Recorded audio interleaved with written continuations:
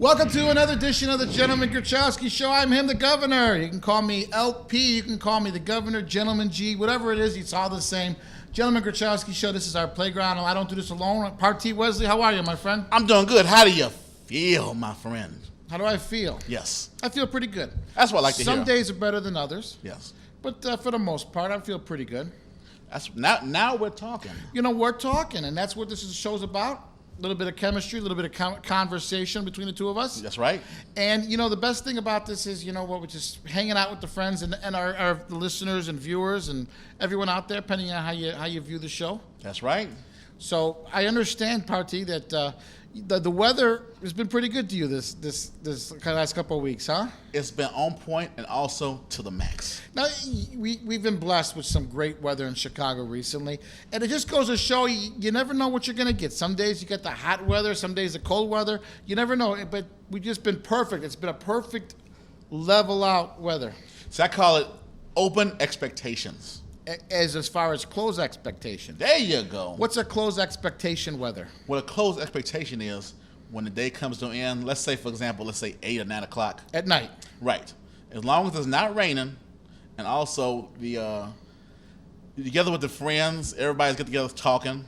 As long as nobody gets too drunk or don't get to fighting, that's what you call a closed expectation. Okay. I don't know what that means. What's open expectation then? Open expectation is when you never know what to expect, like something might come out of the ordinary, whether it might be, example, somebody invited you to the party or to get together that you don't know about.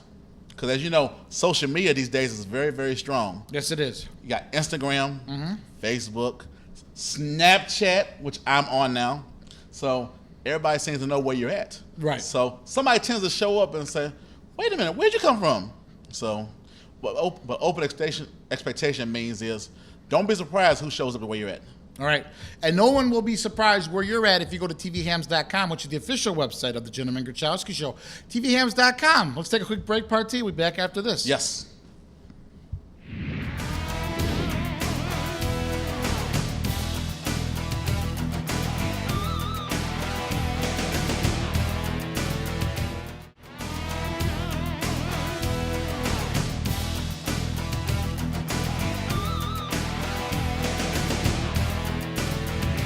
Welcome back to the Gentleman Grachowski Show. I'm him, the governor. Alongside with me, as always, is Party Wesley. How are you, my friend? Oh, I'm doing great. It's good to see you. You know, I noticed that your hair looks pretty good today. Yeah, because, see, I'm always on top of my game. You're always point. You mean on point? On point and counterpoint. I guess I would be called counterpoint, right? Yes. I don't have the hair, but you got the hair, so I'd be counterpoint. There we go. Something along those lines, right? Yeah. Keep it, we're going to keep it cool. Keep it all leveled out, right? Yes. You got to be leveled out these days, and that's the best way to do it, right? Yes, indeed. Shizzle. But nizzle. Yeah. So I understand that you've been doing pretty good with the lottery these days. You know what? I'm not doing great, but I am doing good. Yeah. Well, at least you're not losing all the time, right? Right. See, let me tell you about what I'm doing is the reason I'm not doing great is instead of losing $12, now I'm only losing $6 now. There you go, half the loss. Yes. So which is half a gain. And also half the headache. There you go. And speaking of a headache, yes, especially the next day, the oldest drinkable bottles of beer were discovered at the bottom of the Baltic Sea. What? Drinkable bottles of beer, and guess what? What? The scuba divers were searching for 200-year-old bottles of champagne in a shipwreck. But instead, they found the beer as a perfect chaser for this. Yes. The temperature and light levels have provided optimal conditions for the beer with the storage. And wow, Larry, that's unbelievable. The beer is said to be worth tens of thousands of dollars and belongs to Finland. What? That's right. Finland owns all that beer. Like, they don't have enough things going on for them. Now they got all the expensive beer. And you can't lose chasing the booze. No, you can't. And you know what's funny, Party? What would you think? Okay, what did I say? 100-year-old bottle of beer, right? Right. What would you have the nerve to test it out? Or would you just look at it? What would make you want to drink that beer? You say if we talking about a beer that's 100 years old? 100, yeah, drinkable. Well, the first thing I do is I'll take a top off. And I'll be sniffing like this. You think so? Yo, yes, I know so. Because I was wondering, what would make somebody want to drink that? Because we talked about an old tub of lard that people decided It was still edible. I'll tell you why. You just throw that stuff out. Why would you even think about even trying to attempt to drink that beer? Because, Larry, everybody's mind operates differently. See, people always want to be the first one to try something. Try something, right? So the person that tries it, it won't be me. I mean, it might be me one day, but they can say, guess what I did one day? I drank a beer that was 100 years old. But then you're going to be like, and it gave me the runs the next day or something like that, right? I mean, what if it has a adverse effect on your body? What if you go blind from it? Who knows? I mean, what good is it to say, yeah, it'd be like this. Yeah. Like this here? Yeah, I drank a 100-year-old bottle of beer. I can't see now, but I drank the beer. Well, what good is that? But the good is you're very, very intoxicated. Well, yeah, it messes your life. You're blind for the rest of your life now because you drank the 200-year-old bottle of beer or champagne. But if you do go blind, guess what's going to happen? Now you're going to drink more booze. Why? To eliminate all of the total equation of current today's events. Do you think if you're blind and you're drunk, you're still going to be yes. bouncing around if you're drunk? But the problem, wobbling? not only going to be wobbling, you're going to have a pretty sore head. You think so? You know how many walls you're going to be running into? I'm sure quite a few. A lot. Now, what's the best way for you to handle a hangover? The best way to hangover is what I would do is I would tell all my friends that I know personally, get those. Don't put no bottle of beer. Take them all away from me as far as you can. Just like that. There you go. And also go in my pocket while I'm intoxicated and take my debit card away, and that way I can't buy any more booze. Okay. Yeah, that's the key. All right, time for the best time of the show, as we call it, FaceTime Famous. Yes. FaceTime Famous, and let's see what's going on in the FaceTime world. Right now, it looks like we got a little bit of kitty cats in the picture, right? Let's check this out. Loving cats and dogs. Meow, meow. Look at all these lovable little guys. Oh, look at those.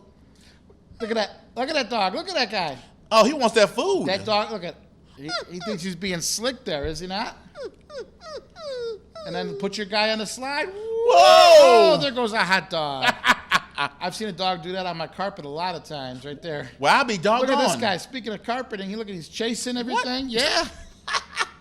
Oh, look, that's a cutie pie. Oh my goodness, yeah. Oh, look at that cutie. A cute dog, right? What did he say? Yes. Just some cute little. Fall asleep, just like that. The dog falls asleep. What would you make of that, Partey? All I can say is that dog is probably falling in love. That's right. And look at these hamsters. Whoa. Whoa. Look at that. That's what you call going for a spin. Yeah, I would think so, right? Would you say that? Yes. Just something as easy as that, huh? Going twisting and a turning. Twisting and turning. A little gerbil love, would you call right there? Twisting the night away. Something like that, right? Yes. All right, one thing you could do is twist the night away, but let's go to TVHams.com, the official website of the Gentleman Grachowski Show, twist the night away. Yes. And you can also go to Facebook and Twitter and everything like that. Everything else is out there on TVHams.com. Yep. The Gentleman Grachowski Show. Cool. Let's take a quick break. We'll be back after this. Don't go away.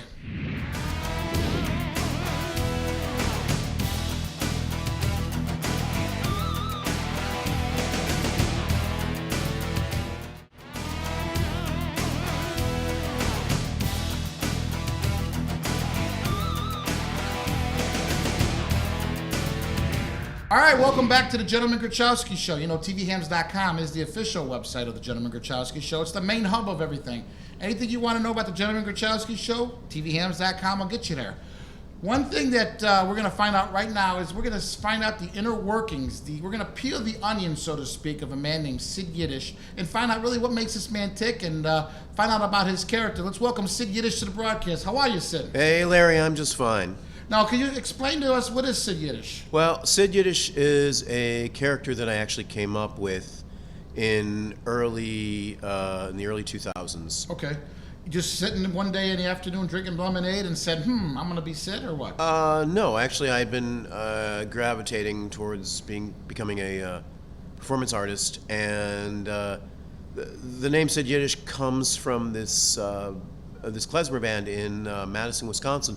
They're called Yid Vicious, and Yid Vicious, okay. Right? So I figured that if they could be called Yid Vicious, I could be called Sid Yiddish. Why not? You know, it's a free country. You can do what you want, right? Right. So tell us about what is Sid Yiddish. Well, there's many facets to Sid Yiddish. Okay. I mean, many things. I would say I'm a multidisciplinary performance artist, but I'm what you might call your modern day Renaissance man. Renaissance man. I like how that sounds. Okay. And what makes you a Renaissance man?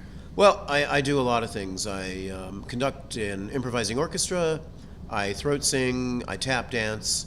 Okay. I'm a local actor here in Chicago and Right. elsewhere. I run workshops, writing workshops. You're all over the board. Right. Okay. Right. So, but specifically, what is this character? What made you develop this character?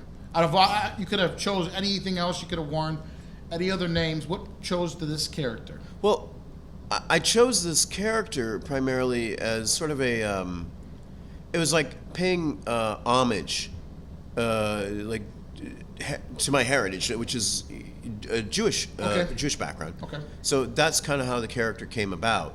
That's really how the character came about. I was getting tired of the poetry scene because I was in the poetry scene in Chicago, Okay. and I was tired of it. I was actually in '99. I was in the finals for Poetry Slam. Oh wow, that's And cool. yeah, and I got knocked out third round, and Yeah. I had it. So I started developing my other skills, which was Okay. music, tap dancing, singing, playing piano, throat singing as well. Right. So So you were a poet, and I didn't even know it. Who'd have thought? those are long fellows, aren't they? So what inspired this character? Let's talk about your clothes, okay? All right, let's talk about the costume. Okay, you got a pink polka dot tie. Tell us about what's symbolic about that. Nothing. It's a clown tie. It's just a clown tie. Okay, so you clown vinyl- around or no? Yeah, well, some people think I'm a comedian, but I'm sort of like the uncomedian. I've been referred to a lot as either variety performer or other. Other. Okay, yeah, I can see you being the other. Yes. Yeah. Okay, and you got some kind of what's that collar you got on here? What Oh, is that? this is a leather brim Okay. from a hat I received in Denmark. Denmark. Okay, so you traveled. Twice. I've toured twice in Denmark. Okay, toured. Yes. What did you travel there for? Well, the first time I released an album in 2010 with a band called Clean Boys. Okay. And the name of the album was called Safari Freak Show Adventure. Okay. And we toured all over Eastern Denmark. Oh, that's pretty cool. How did that go? It was crazy, but Yeah? it was the best tour of my life because I grew up on that tour. Okay. We The Sid Yiddish character came of age. Oh my gosh, yeah. I Yeah? mean, we had more fans in Europe over there in Denmark than I can get here. So you said right around what 2012? That was 2010. 2010 is yeah. the birth of Sid Yiddish. No, 2004 was the year Sid Yiddish became legal. Was my name. Okay. I was born, but 2010 is when I toured. Okay. Now I was told to ask you about the Candyman henchman. No, the candy store henchman. Candy store henchman. Yes. Okay. Well, the What is candy. he? Candy store henchman. No, not hench. Hench? Hench. Think hen and then ch. You're right. Ch. Right. Ch. Okay. Tell us about okay. this guy. So the candy store henchman was actually the name of the venue that we played at in Copenhagen. Okay. The Danish transliteration is Bolsjefabrikken, Yeah. which stands for candy store operators. It was actually a crack house that we played in. Okay. Didn't know it was a crack house at the time up until somebody said, "Oh yeah, they've been partying since last night," and it was like you could still hear them at 7 a.m. That sounds good. Yeah. So it was called Candy Store Operators, and we had to find another word for operators. So originally the band was called Sid Yiddish and his Crack House Minions, but it was spelled Crack House, like Krackhaus, and then Minions is in traditional Jewish tradition. Like a minion would be like 10 men. 10 men. So I always said with my band I could never get 10 guys. I could never get a minion. So it Right. would be like 10. I could never get 10 players. I could always get 2 or 3. Minus Minus about minions. 6 or so. Or Yeah. yeah. I guess that works, right? Yeah, something like that. And when you were in your 20s, growing up, did you ever think that one day you become a performer? We'll just call you that, right? Yeah. No, I didn't think so. Because, I mean, back in my 20s, I was doing poetry. That's all I was doing was just poetry. Just doing straight poetry. And then As your real self. Right. And I just got tired of it. I just got tired of the poetry scene in Chicago. Because it's like, back then, it hasn't changed all that much. It's the same clicks, the same trying to get onto the same open mics, get the same features and things like that. And I got my first break in '89, when somebody else couldn't do it. And Yeah. then that's how you start doing it. But you got to go patronize everybody else, and kiss tachas and stuff Okay. like that. Now, of all the shows you've been on, which has been your biggest impact to you? Do you mean in terms of like my performances, Yeah. or do you mean like acting, or? Well, you're an actor, but which of all the performances you've done, the shows you've done, which has been the biggest impact to you? Well, I guess I'd say I'd have three of them. Okay.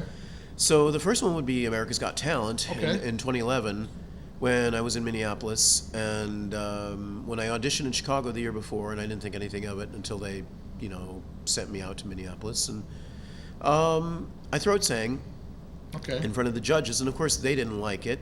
But You're not like a good throat singing. well, I mean, most people don't know what throat singing is, but Okay. that was an impact to me. I mean, they showed me on television for 20 seconds, and that just changed my life completely. Cool. All right. Well, we're sitting here with Sid Yiddish. Let's take a quick break, and we'll find out about throat singing and more about the Sid Yiddish phenomenon. Sound good? Yeah, that's All right. right. Let's take a quick break. This is the Gentleman Grachowski Show.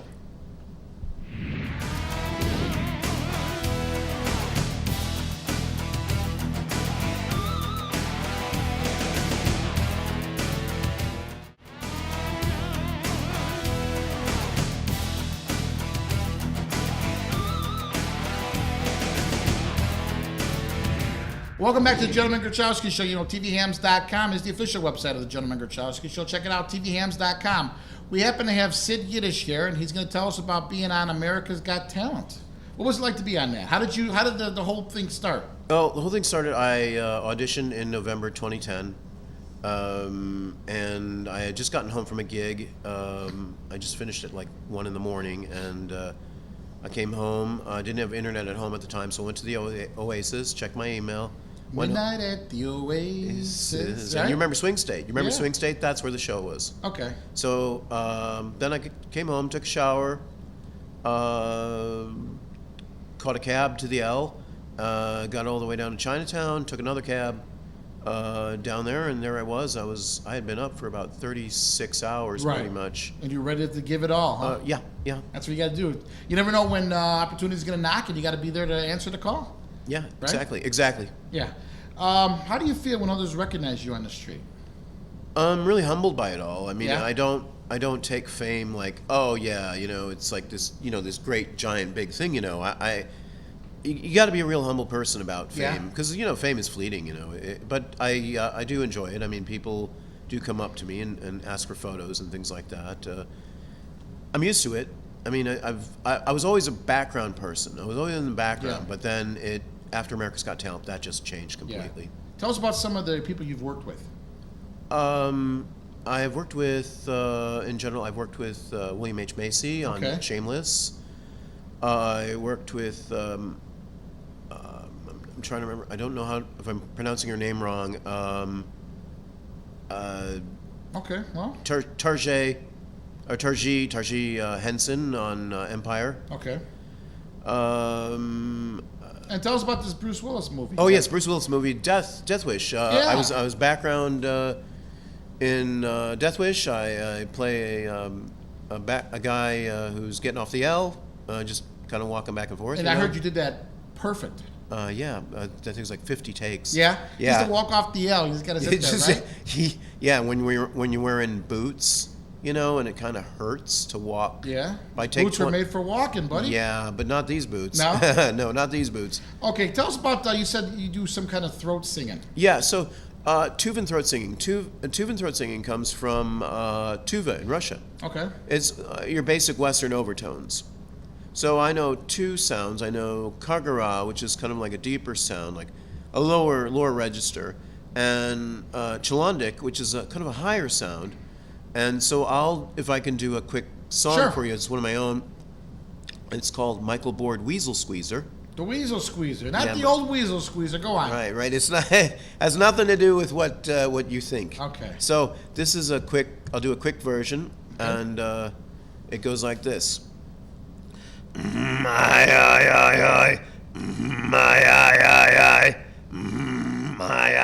Cool.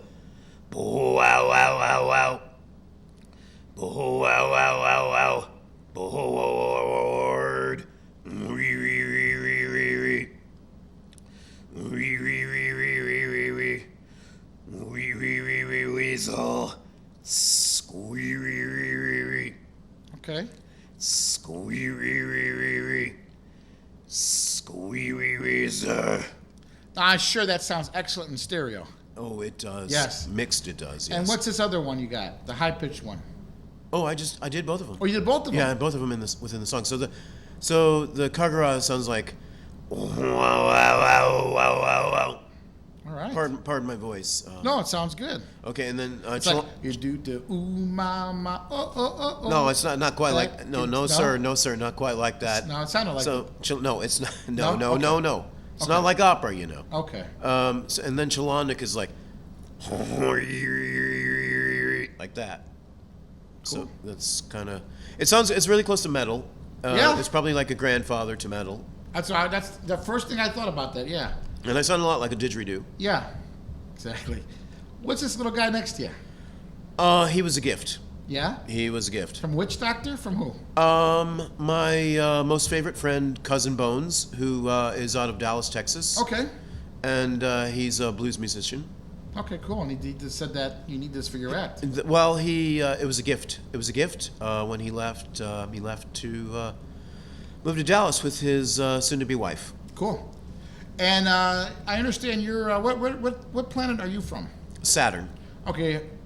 What's it like on Saturn? It's pretty hot. Yeah. It's further from the sun, though, right? Yeah, but it's still pretty hot But up there. I mean, how's the real estate? What's the atmosphere up there? Are you looking for a place to stay? I don't like the heat. Like I won't looking for a place probably farthest from the sun because I'm kind of the big guy and we like it to be cooler. So Yeah, I would say well, then you somewhere want to a go to little further. Pluto. You want to go to Pluto. That's then. not a planet no more, though. I Or is don't- it back a planet? I I'm don't- always I- you know, confused. I don't- They put you it know what? in and they take it out and they put it back. Earthlings in are kind of silly, you know. They kind of go from one mindset to the next. Yeah, we're all messed up. You're right, exactly. Where can we see you in the future? If you don't mind the plug, my new radio show I'm co-hosting with Bill Turk and Kerry Kendall, featuring Kerry Kendall. It's called Playtime with Sid and Bill, featuring Kerry Kendall on WCGO 1590 AM. Evanston, AM Chicago. 1590. AM 1590. Yes, That's right. I know a few things about that station. Yeah, Yeah, it's actually a great little station. It's been there since the late 40s. It was actually called WLTD when it started, if I'm not mistaken, and Chuck Shaden started there in 1970. Okay, very good. And could you give us some advice to someone who's maybe a little bit older in life and just wants to reinvent himself? What would you suggest to somebody like that? I would suggest to keep after yourself. Keep at your craft. I mean, I started at age 42. I'm 55 now. Just keep doing what you're doing. Somebody will discover you. If you don't listen to what the mainstream says, just follow your heart, follow your soul. Cool. All right, then. All right, Sid Yiddish, and is there a website we can get a hold of you? Google me. I am Sid Yiddish. It's very Googleable.